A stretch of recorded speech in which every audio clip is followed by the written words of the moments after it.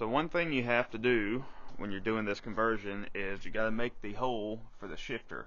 So I took out the SMG shifter and all of these panels and everything. That's pretty straightforward, so I won't get into that too much. You can see there's a panel here that's blocking it off.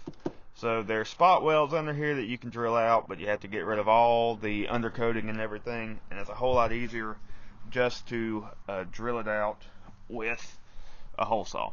So this is a 3 1/4 inch hole saw, and that's about what this would be if that plate wasn't in there.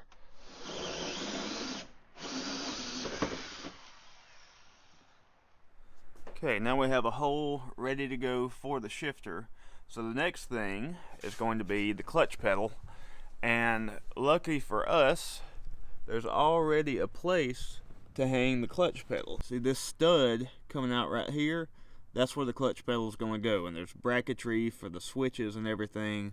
It's all already set up. You do have to remove the panel that goes under the steering wheel. It's pretty straightforward to remove, but there is one thing you have to do.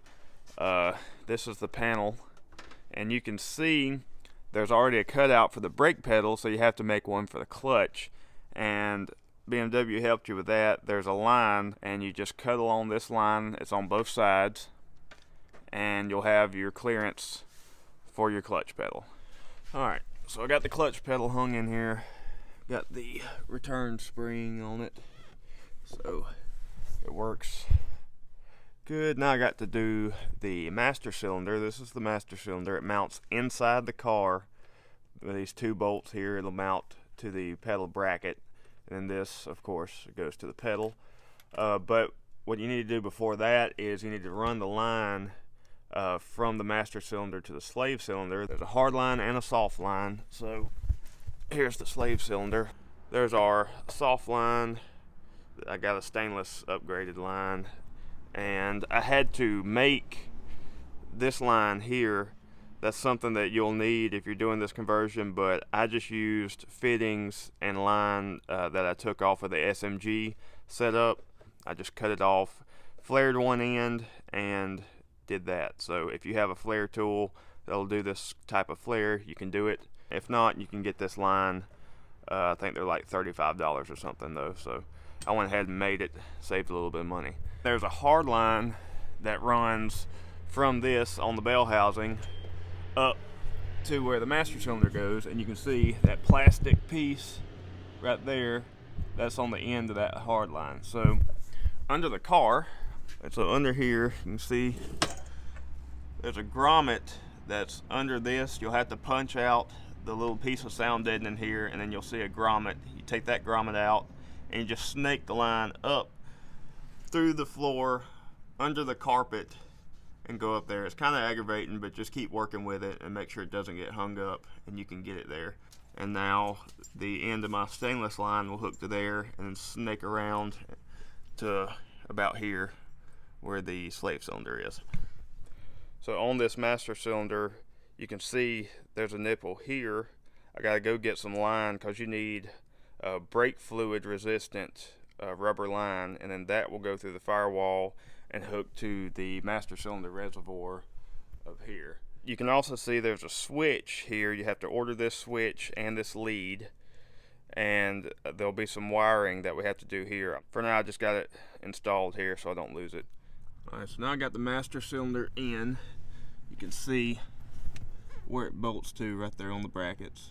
And I also have the line going in. It's just quick disconnect, so it just slots right in.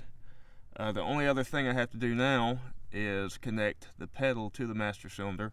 So there's that little loop on the master cylinder, and then there's a pocket built into the pedal that this loop goes through. And then there's a pin, looks like this, and that goes through the pedal and the loop in the master cylinder. So I believe it goes through from the inside, and it's shaped. That shape in the pin is the same shape that's on the pedal. Through there, through both of them. Gotta make sure it gets through it and the master cylinder, and then press it in. Alright. Now, master cylinder is hooked up, bolted in place. Still have to do our wires after a while, but before we do that, I still have to hook up the line back here that'll go through the firewall to the reservoir.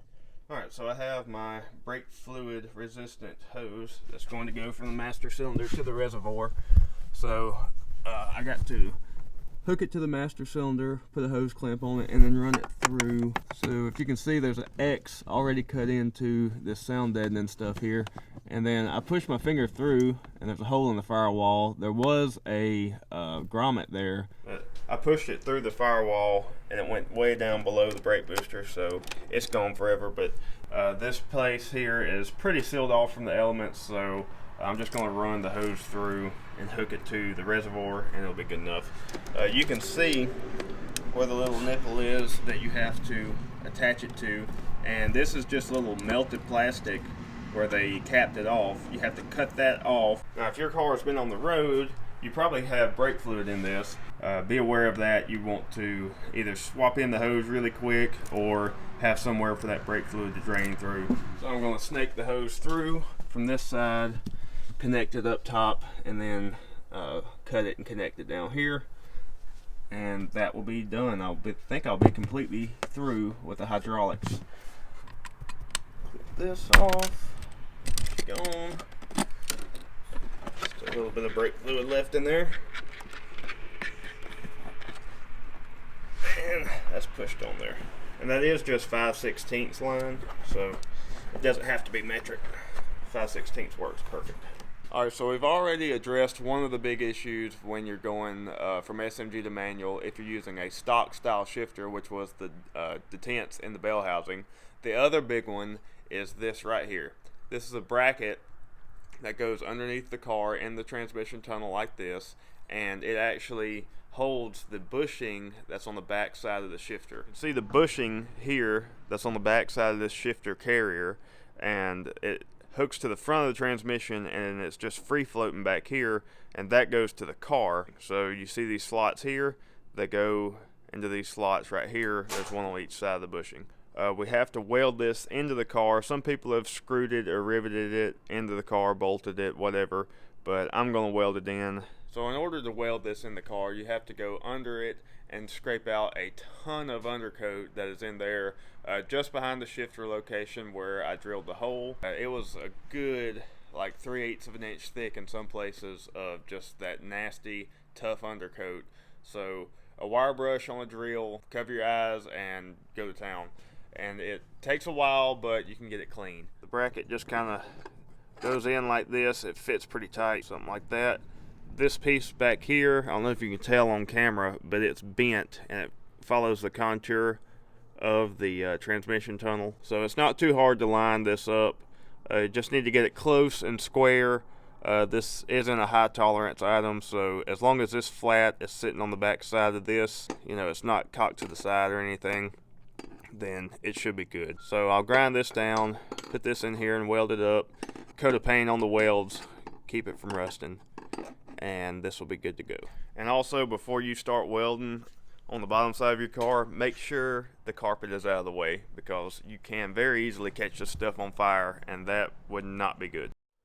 Alright, so now with all the clutch hydraulics hooked up, I need to wire the clutch switch. So I have the switch already installed. This is the new style, which goes on the side of the master cylinder. And it has 4 wires coming out. These 2 wires here, you got the purple with the yellow stripe and the brown with the black stripe. They'll go with the matching wires on the brake switch. So 1 on the clutch switch goes to number 2 on the brake switch. Number 3, the purple, goes to the purple on the brake, which is number 1. So a little confusing if you're going by the numbers, but same color. There is an old style which has 2 switches, and the only difference is it has a ground and a power wire for each switch. And if you have the 2 separate clutch switches, then all you got to do is wire the brown wires together and the purple wires together, and then run them to the brake switch. And then other than that, you have the signal wires. They'll go to the same place whether you have the new style or the old style. The two signal wires are both blue, so don't mix them up.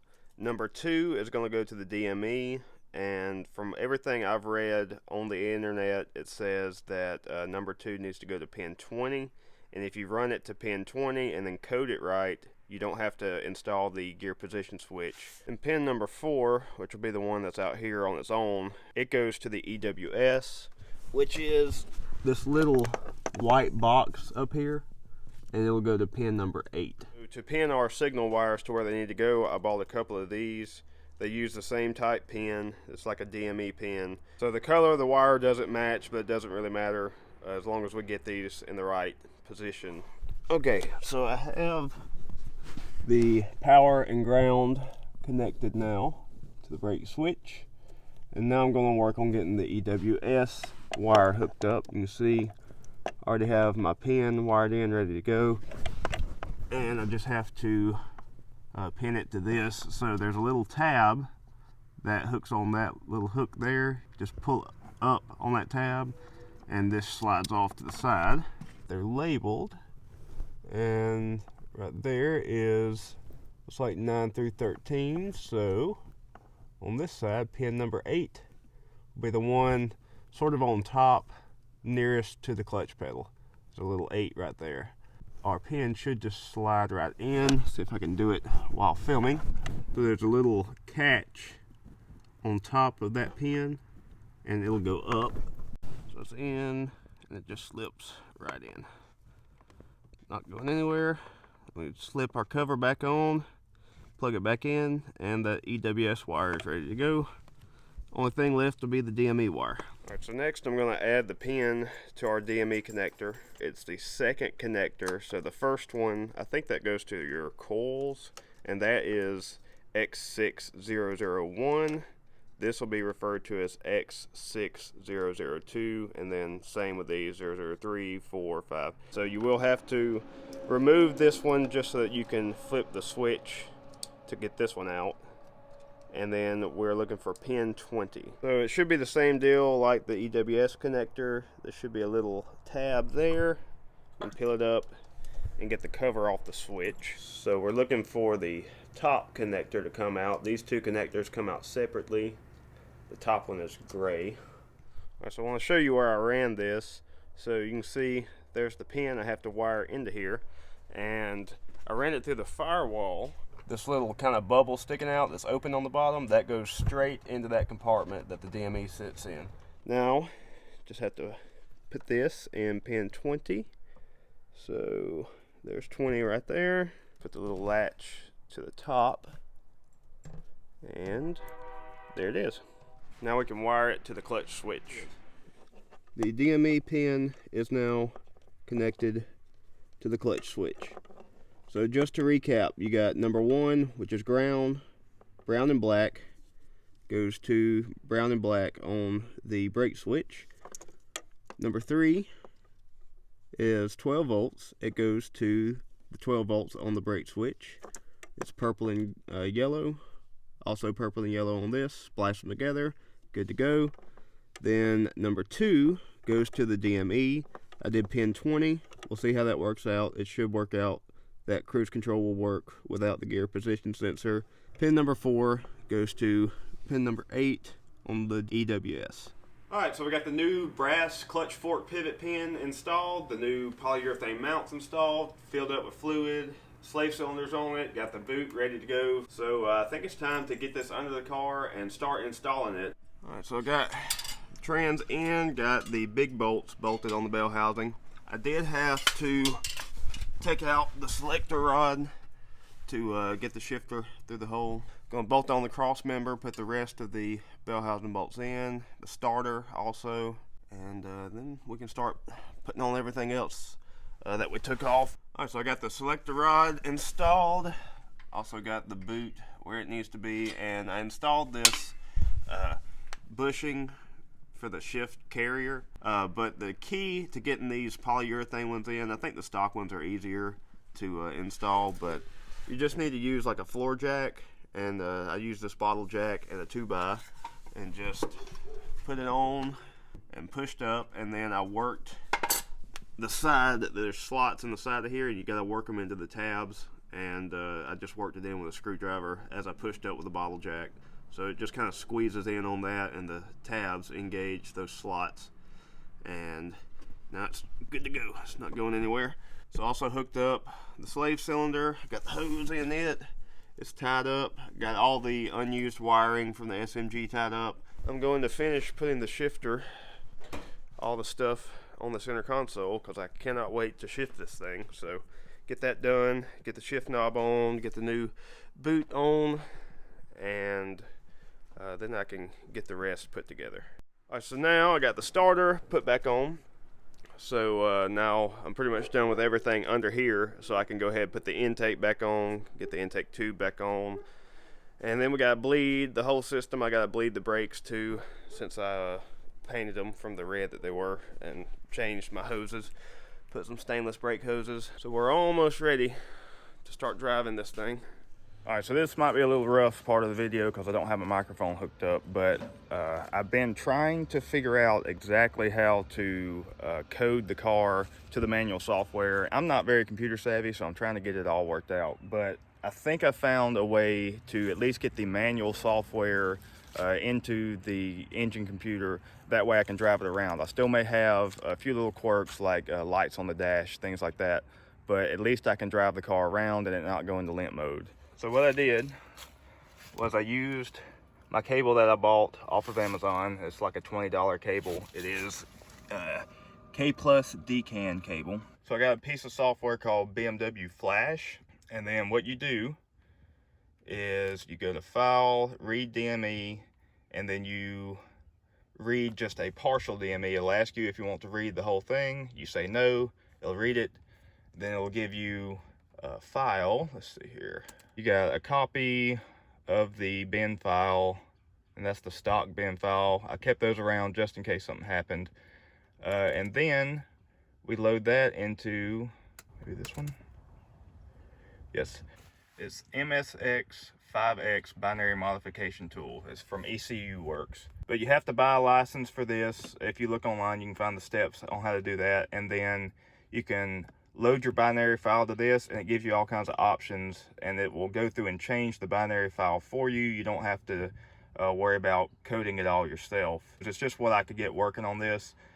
You might can see I've got WinKFP, NCS Expert, NCS Dummy, INPA, all this stuff. I can use INPA.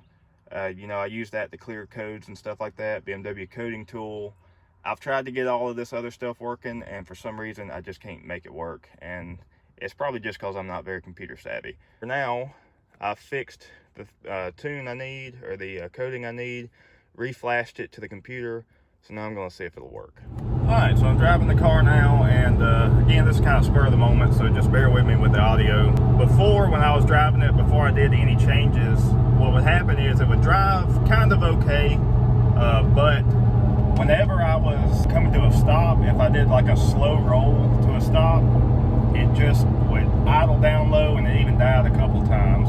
But the biggest problem was if I cruised for a while, just in like 6th gear at 2,000, 2,500 RPM, it would go into the limp mode. But now that I'm doing this, I've been down the road about the same amount as I normally would have with it going into limp mode, and it hasn't done it yet. Okay, so it's been a while since I swapped the car over to a manual. I've probably got about 2,000 miles on it now, and I am so glad I went ahead and swapped it instead of just fixing the SMG. It is 10 times better than it would have been. I do still have the lights on the dash. I haven't quite figured out how to work the software. It's probably just my computer, so I'm going to get my newer computer fixed and try to figure that out. But with the ECU Works tool, it's been running just fine. There may have been a couple hiccups here and there, but for the most part, I've been able to drive it just like a normal car. Even now with the recent update, they've added provision for cruise control. So whether you use the GPS sensor or not, you should be able to get your cruise control working after you do the swap, as long as you've wired it correctly. My cruise wasn't working before the swap, and I figured I'd probably have issues getting it working after the swap. But now that I've put the updated software in, whenever I do hit the cruise control light, the green light comes up.